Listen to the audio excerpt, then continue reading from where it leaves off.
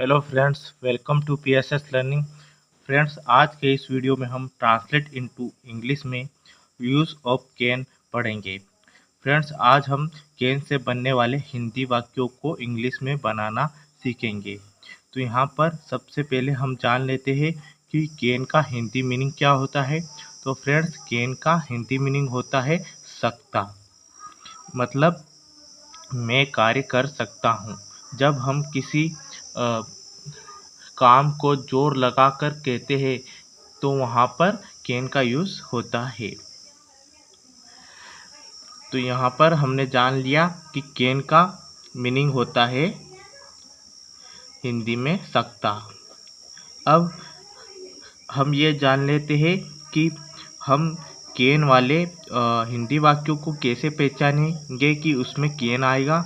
तो यहाँ पर जिस वाक्य के अंत में सकता है शब्द आता है तो वहाँ पर कैन का यूज़ होगा। जैसे मैं इस गणित के सवाल को आसानी से हल कर सकता हूँ। तो यहाँ पर लास्ट में क्या आया है? सकता हूँ। तो इस तरह के हिंदी वाक्यों में हम कैन का यूज़ करेंगे। तो ये आपको समझ में आ गया होगा। जैसे कि अगला है, यहाँ पर ये भी पढ़ लेते हैं। वहाँ अब बहुत धारा प्रवाह अंग्रेजी बोल सकती है। तो सकती है शब्द आया है तो यहाँ पर हम कैन का यूज़ करेंगे। अब हम जान लेते हैं कि कैन के वाक्यों, इन हिंदी वाक्यों को बनाने के लिए कौन सा फॉर्मूला लगेगा। तो यहाँ पर सबसे पहले हम इन वाक्यों को बनाने के लिए सब्जेक्ट लिखेंगे इंग्लिश सेंटेंस में। उसके बाद कैन का यूज़ करेंगे, कैन लिखेंगे। उसके बाद हम वर्ब की फर्स्ट फॉर्म लिखेंगे और लास्ट में हम ऑब्जेक्ट लिखेंगे। ध्यान दीजिए, कैन जो होता है, कैन से बनने वाले सेंटेंस प्रेजेंट टेंस में आते हैं। यहाँ पर हमने ये प्रेजेंट टेंस से बनने वाले हिंदी वाक्यों का लिया है और इससे भूतकाल के बन सकते हैं और भविष्यकाल के बन सकते हैं कैन से। कैन का मतलब, कैन शब्द का ये नहीं है कि हम सिर्फ इसमें प्रेजेंट के ही बनेंगे। तो हम आज कौन से सीख रहे हैं? प्रेजेंट इंडेफिनेट कैन वाले सेंटेंस सीख रहे हैं। आई होप को आपको समझ में आ गया होगा। अब हम यहाँ पर इन वाक्यों को बना लेते हैं। तो इस वाक्य में मैं इस गणित के सवाल को आसानी से हल कर सकता हूँ। तो यहाँ पर हमारा सब्जेक्ट है हिंदी में मैं, और मैं के लिए हम लिखते हैं हमेशा आई के साथ हम लिखेंगे कैन इसमें। उसके बाद हम वर्ब लिखेंगे और यहाँ पर हमारी वर्ब है हल करना। तो हल करने के लिए हम लिखेंगे वर्ब की फर्स्ट फॉर्म सोल्व। उसके बाद लिखेंगे इसके लिए लिखेंगे दिस, गणित के लिए लिखेंगे हम मैथ्स, और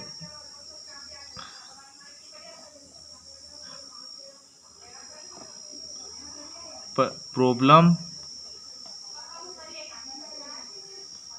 आसानी से के लिए लिखेंगे हम इजीली। तो हमारा पूरा इंग्लिश सेंटेंस बन जाएगा, I can solve this maths problem easily. मैं इस गणित के सवाल को आसानी से हल कर सकता हूँ। तो यहाँ पर हो गया I can solve this maths problem easily. अगला है हमारा, वहाँ अब बहुत धारा प्रवाह अंग्रेजी बोल सकती है। तो यहाँ पर वहाँ है हमारा सब्जेक्ट है और वहाँ के लिए लिखेंगे हम सी के बाद हम यूज़ करेंगे कैन का। उसके बाद हम वर्ब की फर्स्ट फॉर्म लिखेंगे बोलने के लिए स्पीक। उसके बाद हम लिखेंगे ऑब्जेक्ट हमारा इंग्लिश। बहुत के लिए लिखेंगे हम वेरी, और धारा प्रवाह के लिए लिखेंगे हम फ्लुएंटली।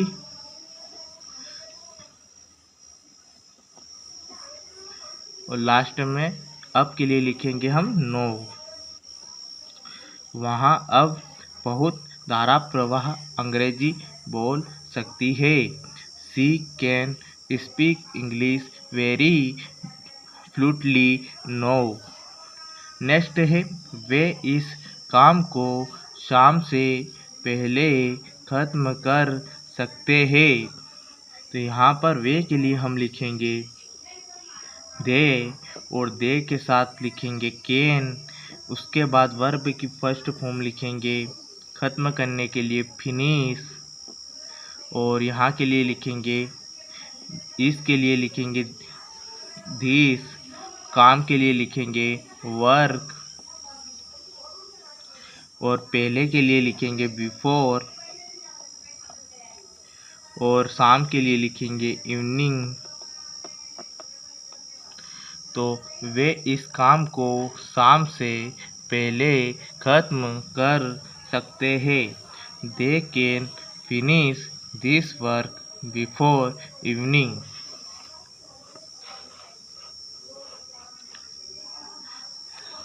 लास्ट सेकेंड है हमारा हम यूट्यूब वीडियो से नई स्कीम सीख सकते हैं। तो यहाँ पर फॉर्मूला के देखते हुए बनाएंगे। हम के लिए हम लिखेंगे यू के साथ हम जैसा कि कर रहे हमेशा कैन का यूज़ करेंगे। सकते हैं, सकते के लिए हम क्या करते हैं कैन का यूज़। You can. अब वर्ब की फर्स्ट फॉर्म लिखेंगे हम यहाँ पर पढ़ने के लिए लर्न या सीखने के लिए लर्न। और नई के लिए लिखेंगे न्यू। और स्कीम के लिए लिखेंगे स्किल्स। और से के लिए लिखेंगे फ्रॉम। और लास्ट में लिखेंगे यूट्यूब वीडियोस। हम यूट्यूब वीडियो से नई स्कीम सीख सकते हैं। You can learn new skills from YouTube videos. अब लास्ट वाला है हमारा वहाँ भीड़ भाड़ वाली सड़कों पर गाड़ी चला सकता है। तो यहाँ पर वहाँ के लिए लिखेंगे हम ही के साथ लिखेंगे हम कैन। उसके बाद हम वर्ब की फर्स्ट फॉर्म लिखेंगे गाड़ी चलाने के लिए ड्राइव। उसके बाद लिखेंगे अ कार। कार हमारा ऑब्जेक्ट बन जाएगी। और उसके बाद लिखेंगे ओन। और उसके बाद लिखेंगे भीड़ भाड़ वाली सड़कों के लिए लिखेंगे हम बिजी रोड्स। वहाँ भीड़ भाड़ वाली सड़कों पर गाड़ी चला सकता है। तो इसका इंग्लिश होगा he can drive a car on busy roads. भीड़ भाड़ वाली सड़कों के लिए हमने लिखा है बिजी रोड्स। वहाँ के लिए लिखा है ही के साथ हमने कैन का यूज़ किया है सकते के लिए। ड्राइव हमने लिखा है गाड़ी चलाने के लिए। और कार के लिए लिखा है गाड़ी के लिए लिखा है अ कार। और कहाँ पे चलाता है रोड्स पर। तो रोड्स पर चलाने के लिए लिखा है हमने on busy roads. I hope कि आपको ये वीडियो समझ में आया होगा। अगर वीडियो समझ में आया तो प्लीज़ वीडियो को लाइक और चैनल को ज़रूर सब्सक्राइब कीजिए। Thank you so much.